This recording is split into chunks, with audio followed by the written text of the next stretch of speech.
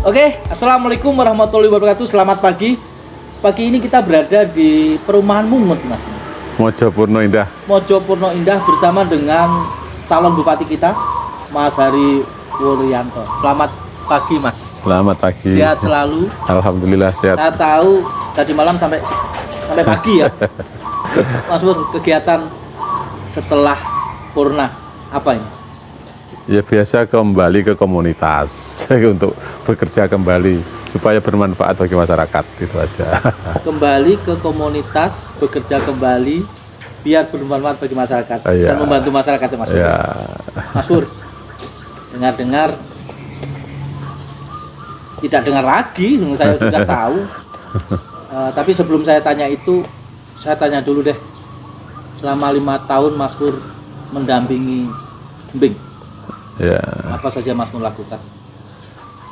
Ya, terima kasih. Kami melakukan segala sesuai dengan tupoksi saya sebagai wakil bupati, karena wakil bupati itu harus juga melayani masyarakat. Jadi kita tetap melayani masyarakat sesuai dengan kewenangan sebagai wakil bupati. Setelah kepemimpinan Pak Tarom ya dulu. Ya. Habis itu Pak Mbing dengan jenengan. Ya. Selama 5 tahun kepemimpinan Pak Mbing dan Mas Pur, Ya. apa yang sudah Mas Pur lakukan terhadap Kabupaten Madiun?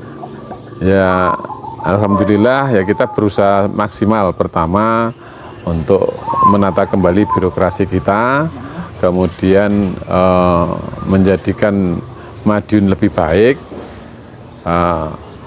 termasuk bagaimana Madiun bisa terang benderang, bagaimana di investasi bisa masuk itu ya. Meskipun ya tanda petik memang belum bisa maksimal. Iya. Karena ada sesuatu lah, makanya kami berharap ke depan bisa, karena potensi Kabupaten Madiun itu luar biasa ya. Oke Mas Pur, luasan sebenarnya Kabupaten Madiun itu meliputi mana aja dari utara, kira-kira berapa luasannya? Luasannya 1.100 hektar. 1.100 hektar. Dibandingkan dengan kota jauh. Jauh, kalau dengan kota jauh. Kota kan cuma 3 kecamatan. Kita ada 15 kecamatan. 15 kecamatan. Ya. Menurut Mas Pur pembangunannya selama ini? Ya, alhamdulillah kita berjalan sesuai yang kita harapkan. Tapi sekali lagi belum bisa maksimal. Kebetulan kemarin bersamaan juga dengan adanya COVID ya. Ya, jadi otomatis baru 3,5 tahun dong COVID-nya. Ya, itu. Jadi kita terkendala di situ salah satunya. Ini harus dilanjut lagi nih. Ya. Oke, di saat menjadi wabuk kan otomatis komunitas pasti ditinggalkan kemarin. Sementara. Apa tetap? Ya masih tetap aja ya. Biasa kan, kita tidak harus keluar dari situ. Tapi kan ada pengendali ya gitu. Ya, itu. Mas Pur, masyarakat Kabupaten Madiun sebenarnya gimana menurut dengan? Masyarakat Madiun itu punya karakter yang luar biasa. Dia ya guyup rukun, apalagi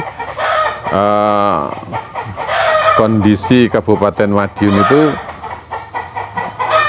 penuh dengan budaya, khususnya di perguruan pencak silat. Makanya Kabupaten Madiun kemarin kita buat ikon Madiun Kampung Pesilat itu karena hampir semua perguruan itu berpusat di Madiun. Nah, ini makanya kita buat ikon untuk Kabupaten Madiun Kampung Pesilat. Harapan kita supaya yang selama ini image masyarakat kalau Muharram itu mencekam menjadi Muharram itu damai dan guyup rukun. Dan terbukti ya Mas. Ya. Apa enggak ada kesulitan mengumpulkan beberapa elemen perguruan itu? Ya, alhamdulillah. Sebenarnya kan kita itu satu saudara. Ya, karena kenapa harus kemarin sendiri-sendiri? Karena pada saat zaman penjajahan dulu kan tidak bisa langsung banyak, mereka harus berpencar untuk sama-sama berjuang melawan para penjajah. Sehingga kan para pendiri kita itu pasti menjadi pahlawan nasional, pahlawan perintis kemerdekaan, kayak begitu. Oke, mungkin selain pembangunan merata tapi belum maksimal ya. Ya. Pendidikan di Iya. Kabupaten Madiun. Alhamdulillah kalau pendidikan sebenarnya untuk pendidikan dasar 12 tahun gitu sudah bisa kita capai, tapi karena kondisi geografis kita kan luasannya kita luar biasa, jadi ada beberapa wilayah yang ya, kemauan belajar untuk bisa menuntaskan 12 tahun ya agak sedikit terkendala karena kondisi geografisnya salah satunya. Seperti SMA dan SMK kita belum bisa menjangkau sampai ke pelosok. Kalau SD, SMP alhamdulillah kita sudah hampir merata di seluruh ya, tapi sehingga rata-rata kita di SMP sudah bisa. Yang agak terkendala kita itu di pendidikan tinggi. Jadi pendidikan tinggi kalau di Kabupaten Madiun belum ada, baru alhamdulillah kemarin kita bisa bekerja sama dengan UNS dan UNS bisa membuka kampus Di sini. Di luar kampus utama yaitu di Caruban. Jadi sudah mulai pembangunan belum? Sudah operasional dan sudah melaksanakan kegiatan dan sudah menerima mahasiswa, sehingga alhamdulillah dengan adanya UNS yang berkampus di Caruban itu impact yang ditimbulkan luar biasa. Masuk Ya masyarakat sekitarnya juga, kemudian ekonomi di sekitarnya yang dulu di situ perumahan juga tidak laku, sekarang sudah laku karena ada kampus di sekitar situ. Mas Ur, selain pendidikan, sebenarnya istimewanya Kabupaten Madiun soal pariwisata di mananya? Ada nggak pariwisata di sini? Oh, ada. Jadi kita itu kan punya selingkar wilis ya, punya wilis. Namanya selingkar. Gunung Wilis, itu, ya, ada ya. Gunung Wilis di sana, potensinya luar biasa ya. Kemudian kita juga punya waduk bening yang ada di Saradan. Kita punya Gunung Pandan yang ada di Kelangon yang juga di Saradan.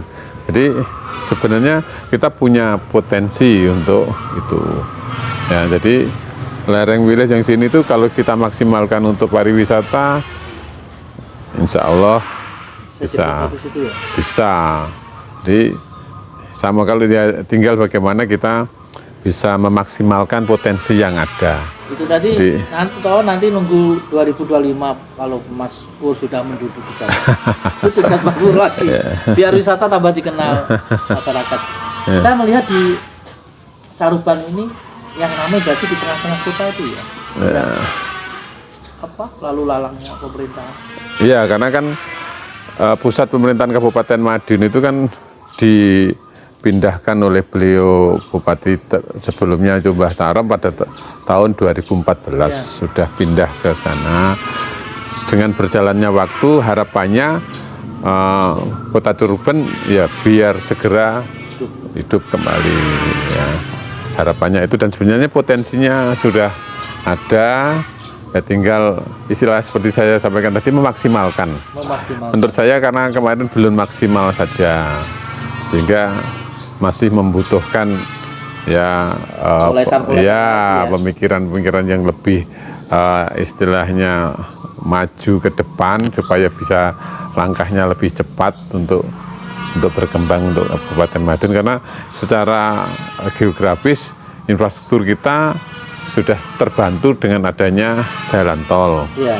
Ya, kita dapat dua exit tol yang ada di Kabupaten Madiun, itu sangat menunjang sebenarnya.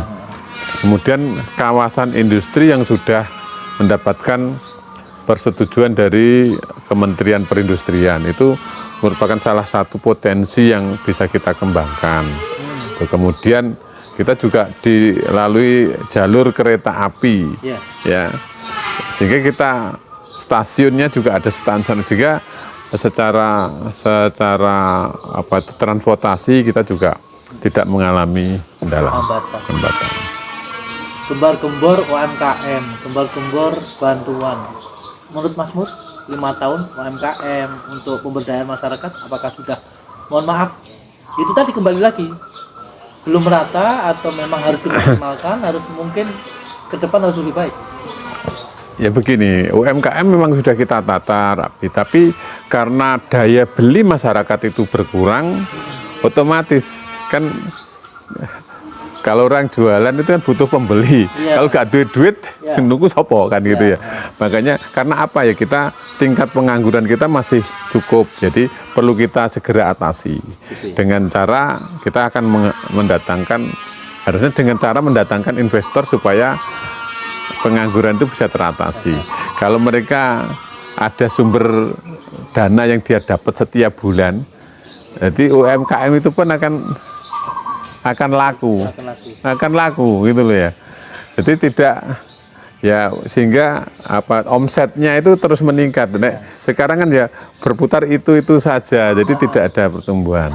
Sebenarnya sudah kita garap gitu, tapi kalau daya beli masyarakatnya kurang kan juga sulit, Mas. Kita perlu itu, sehingga tidak hanya eksidentil UMKM itu pada saat-saat tertentu gitu ya. Kita kan bisanya sustainabilitasnya harus terjaga. Tugas nanti itu ya. Ya harapannya begitu ya, karena sekali lagi seperti saya sampaikan tadi, kalau investor itu bisa hadir di Kabupaten Madiun, insya Allah bisa menyerap tenaga kerja. Nah, gitu. Sehingga ya bagaimanapun juga dia kan tidak mungkin kalau cuma belanja masalah kecil itu sampai ke luar kota, ya tetap di lingkungan. Jadi UMKM itu akan jalan gitu. Event-event yang sudah pernah dilakukan apa aja? Event besar di Kabupaten Madiun, kegiatan yang besar untuk masyarakat. Ya event-event seperti job fair terkait masalah tenaga kerjaan sudah kita lakukan, tapi ya sekali lagi kemarin itu karena ada COVID kan kita tidak bisa maksimal ya gitu, dan itu yang akan bisa, sebenarnya yang bisa membuat Kabupaten Madiun itu ya dikenal oleh masyarakat dan orang luar, ya memang harus ada event ya. Kebetulan kita memang agak kurang untuk event yang kita lakukan, baik kegiatan event olahraga, kemudian event budaya, kemudian event-event yang lain terkait masalah perkembangan Kabupaten Madiun yang ada di Caruban itu agak kurang. Nah, itu ya mudah-mudahan ke depan bisa kita, karena salah satu untuk mengenalkan Kabupaten Madiun itu ya banyak event, sehingga orang akan bisa hadir ke Caruban mengikuti event, sehingga kalau orang mau berinvestasi misalkan aja hotel di Caruban gitu, misalkan dia akan melihat berapa banyak kunjungan orang ke Caruban. Ya potensinya dia akan survei selama 3 bulan ini, tapi kalau selama 3 bulan pada saat survei tidak ada event, otomatis tapi kalau event itu terus berkelanjutan, ya insya Allah itu akan menjadikan salah satu bahan pertimbangan para investor, khususnya perhotelan dan mall. Ya, Mall ada belum? Belum ada. Matahari. Ya, masih belum. Jadi, tapi bisa kemungkinan ada. Ya, kemungkinan ada. Tadi, ya, tergantung bagaimana Caruban itu menjadi, kalau buat mall kalau tidak ramai, benar. Tidak ada, tidak mungkin kan gimana? Kan kosnya kan cukup tinggi untuk bisa membangun mall, kemudian juga biaya-biaya yang dimunculkan untuk membuat mall itu juga. Untuk fasilitas fasilitas mungkin GOR atau fasilitas lainnya untuk masyarakat sudah tertata sini? Ya secara belum. Sebenarnya kita sudah punya wilayah untuk GOR itu ya, di GOR Paringiran Timur itu yang sudah terpenuhi bagus itu untuk kegiatan sepak bola. Itu lapangan sudah bagus, karena dulu pernah zamannya Pak Bupati Junaidi Mahendra itu sudah kita punya Persekama yang juga sudah luar biasa. Jadi itu home base-nya Persekama dan itu bagus, tapi tidak ditunjang dengan fasilitas lainnya ya. Jadi ya mungkin indoor, gor yang indoor belum ada, kemudian kolam renang yang di situ, sehingga eventnya ya terbatas di sepak bola saja. Ini kan dekat hutan, bisa nggak model kayak trail dibikin gelanggang? Kalau itu sudah ada, ya? trail sudah ada, kemudian itu teman-teman komunitas crosser itu sudah buat tempat, ya? jalur sendiri sudah. Kalau crosser, kemudian di sini untuk di Gunung Kendil itu sudah bisa untuk kegiatan motorcycle sudah. Mas Pur, Agustus ini kan kita mulai mendaftar. Ya. Dan saya tahu Mas Pur itu pasti mendaftar.